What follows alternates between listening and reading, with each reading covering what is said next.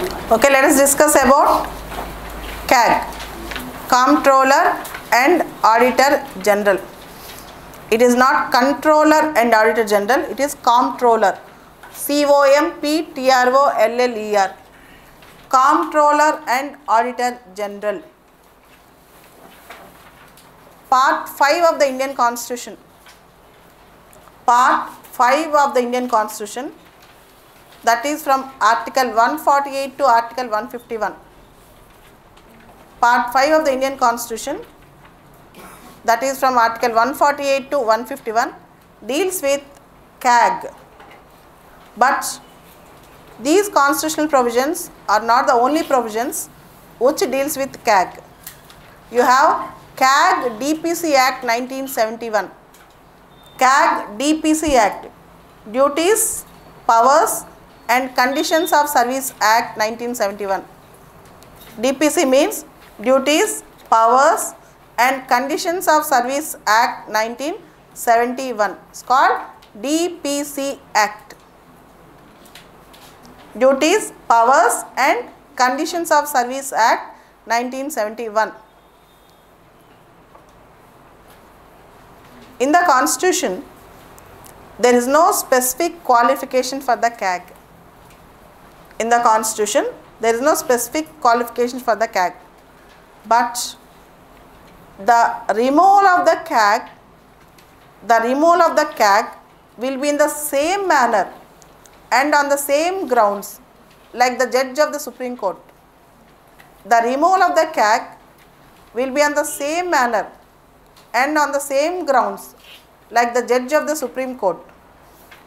Supreme Court judge will be removed by parliamentary resolution, which should be passed by 2/3 members of the parliament present and voting, on the grounds of proved misbehavior or incapacity. On the grounds of proved misbehavior or incapacity. So CAG will also be removed on the similar manner. In the order of precedence, CAG will be number 9. In the order of precedence, CAG will be number 9 in the same level as the judge of the Supreme Court. CAG will be number 9 in the same level as the judge of the Supreme Court. Next, after retirement, Comptroller and Auditor General is not eligible for further employment in the government. After retirement, Comptroller and Auditor General is not eligible for further employment in the government. In civil services, we have a service called IAS, Indian Audit and Account Service.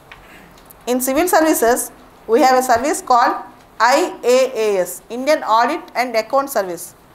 CAG is the head of the IAS officers when he is holding the position of a CAG.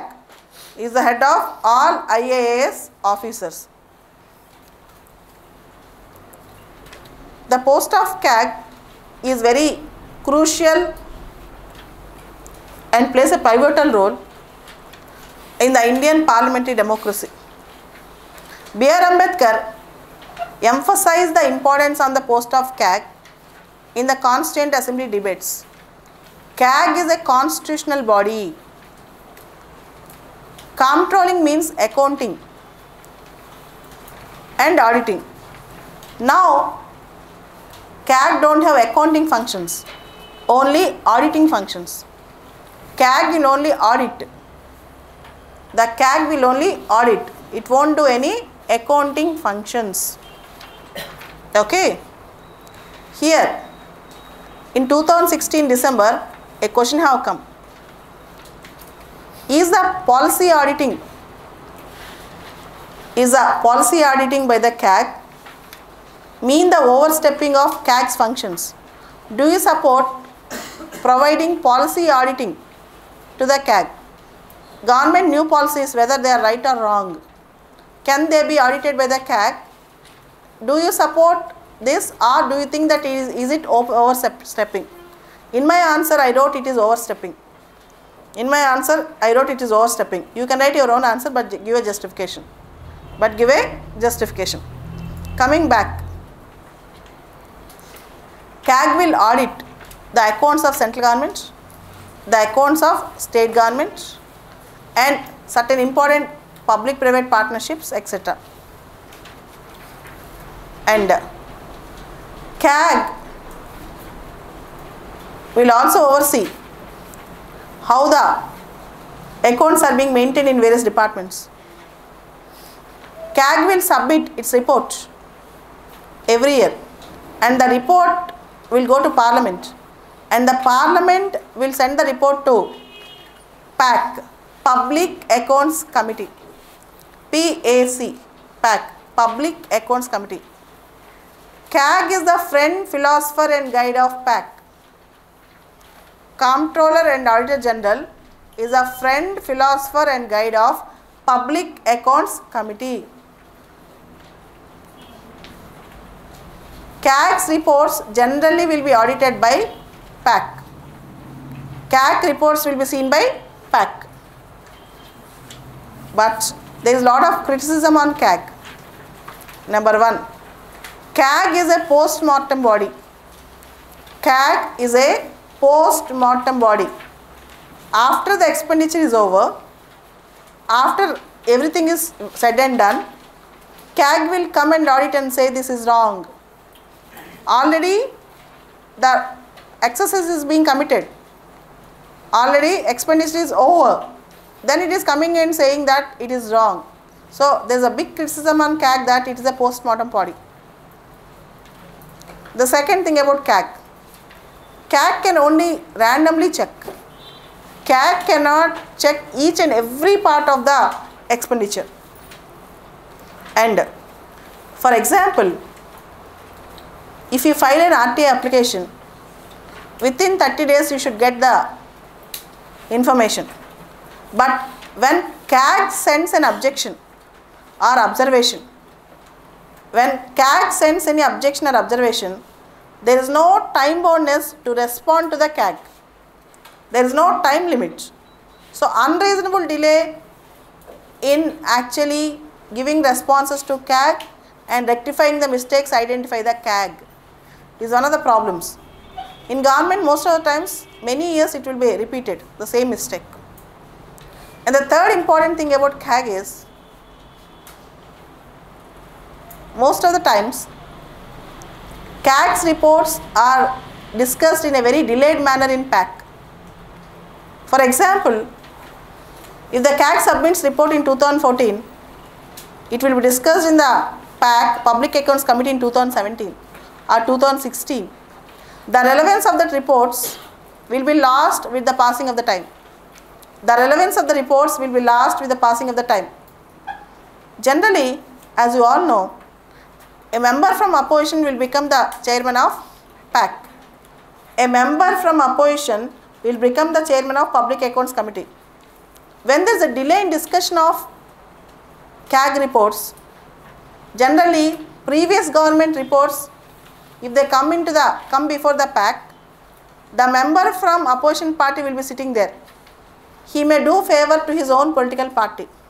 There is a chance of misuse of position by the PAC chairman, Public Accounts Committee chairman, when the CAG reports are delayedly discussed. And the most important criticism is, when most of the expenditure is done by private sector and most of the issues, loopholes are being done in the private sector, CAG is mostly meant for public sector. CAG is mostly meant for public sector. The work of public sector is coming down, the expenditure meted by the public sector is coming down, but CAG is meant only for public sector, and the embezzlements are going on mostly in private sector. This is also a criticism. So finally, CAG as a constitutional body, it is doing a tremendous job. As you all know, 2G spectrum, Commonwealth case, game scam, most of the scams have come out, Colgate scam, because of CAG, but still it's a long way to go. Transparency to reach a goal, auditing, transparency in maintain the accounts, and CAG should be made a more effective body. And the another complaint is, generally CAG will be senior most IAS officer. Generally the CAG will be the senior most IAS officer.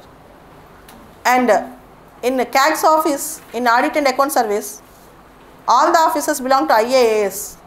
The IAAS officers consider that they are more experienced and effective than IAS officer in auditing.